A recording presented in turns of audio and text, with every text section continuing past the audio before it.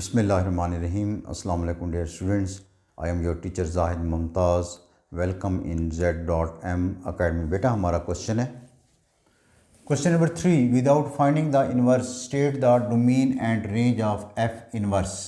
तो बेटा हमने domain and range of F inverse को मालूम करना है और हमें फंक्शन दिया हुआ है F of x is equal to 1/x + 3 where x is not equal to -3।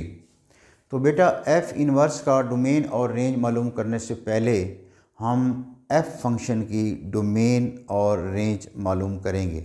जब हमारे पास f की डोमेन और रेंज आ जाएगी तो वहाँ से हम आसानी से डोमेन और रेंज जो है f इन्वर्स की निकाल सकते हैं।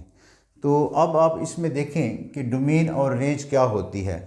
जो वैल्यूज़ x एक्सेप्ट कर सकता है उन वैल्यूज़ के सेट को हम डोमेन कहते हैं।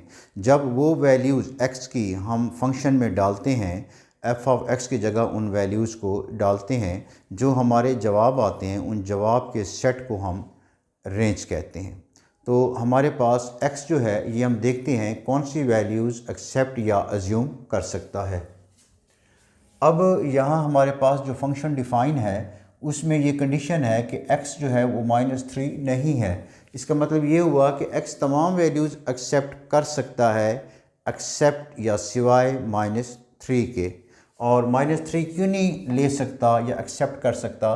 क्योंकि -3 जब हम यहाँ पुट करते हैं तो -3 + 3 ये 0 आ जाता है। जब बेटा -3 + 3 0 आ जाता है तो 1/0 हमारा जवाब क्या हो जाता है? अनडिफाइंड हो जाता है। तो इसलिए हम x जो है वो तमाम वैल्यूज़ एक्सेप्ट करेगा, अज्यूम करेगा सिवाय -3 के। तो हमारे पास डोमेन आएगी, डोमेन ऑफ f, इसमें तमाम वैल्यूज़ x ले रहा है और -3 नहीं ले रहा। तो हम -3 को यहाँ से एक्सक्लूड कर लेंगे, निकाल लेंगे रियल नंबर में से। अब हमने ये देखना है कि x जो तमाम वैल्यूज़ लेगा एक्सेप्ट -3, तो हमारा जवाब क्या आएगा कि जवाब में हम कौन सी वैल्यूज़ नहीं ले सकते और कौन सी वैल्यूज़ ले सकते हैं, ये हमने देखना है।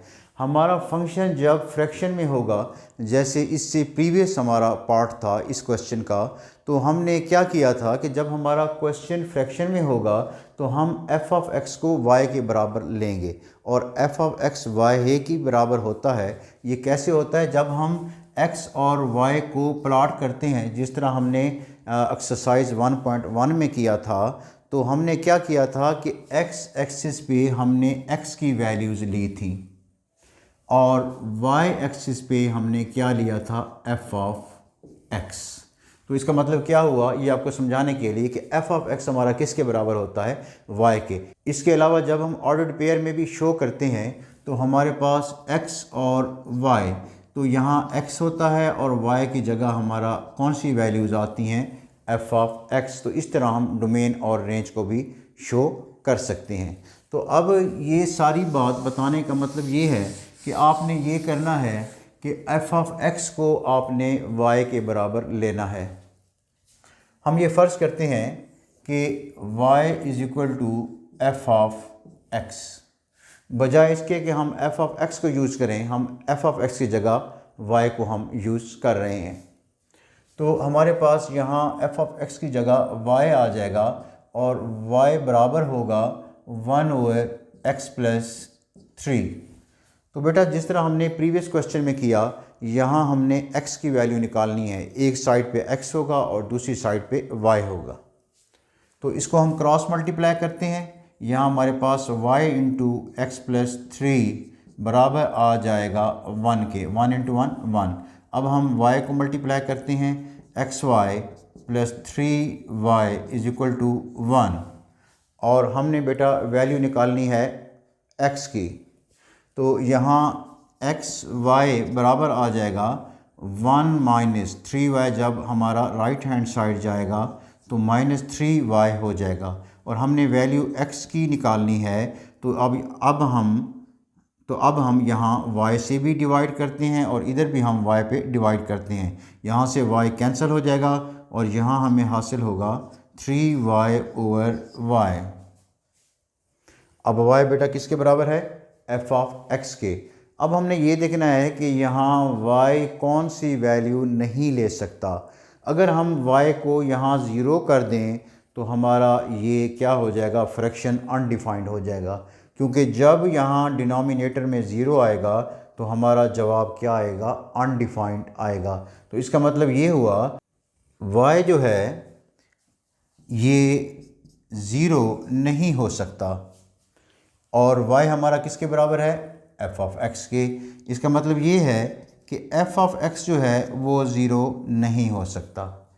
अब f(x) जो वैल्यूज़ एज्यूम करता है, एक्सेप्ट करता है, उन सेट को, उन वैल्यूज़ के सेट को हम क्या कहते हैं? रेंज कहते हैं। तो इसका मतलब ये हुआ कि इस जो वैल्यूज़ हैं जो f(x) लेगा वो तमाम वैल्यूज़ लेगा, लेकिन ज़ीरो एज्यूम नहीं करेगा। तो यहाँ से हमारी रेंज जो है वो क्लियर हो जाएगी कि हमारी जो रेंज ऑफ f होगी वो तमाम रियल वैल्यूज़ होंगी, लेकिन इसमें क्या शामिल नहीं होगा? ज़ीरो इसमें शामिल नहीं होगा। अब बेटा यहाँ से हम डोमेन और रेंज ऑफ f से हम आसानी से domain and range of f inverse निकाल सकते हैं, और जो f इनवर्स की डोमेन और रेंज होगी वो f इनवर्स की फ़ंक्शन की डेफिनेशन के मुताबिक हमारे पास जो डोमेन ऑफ f है ये रेंज ऑफ f इनवर्स है, और जो रेंज ऑफ f है वो डोमेन ऑफ f इनवर्स है। So domain of f inverse ये बराबर है रेंज ऑफ f के, और ये बराबर है r-0। और जो हमारे पास रेंज ऑफ f इनवर्स है ये बराबर है डोमेन ऑफ f के, और ये बराबर है r-3, और ये हमारा आंसर है। बेटा उम्मीद है आपको क्वेश्चन की समझ आ गई होगी। अपनी मेहनत को भरपूर अंदाज से जारी रखें। अल्लाह ताला आपको दायमी कामयाबी और खुशियाँ अता फरमाए। आमीन।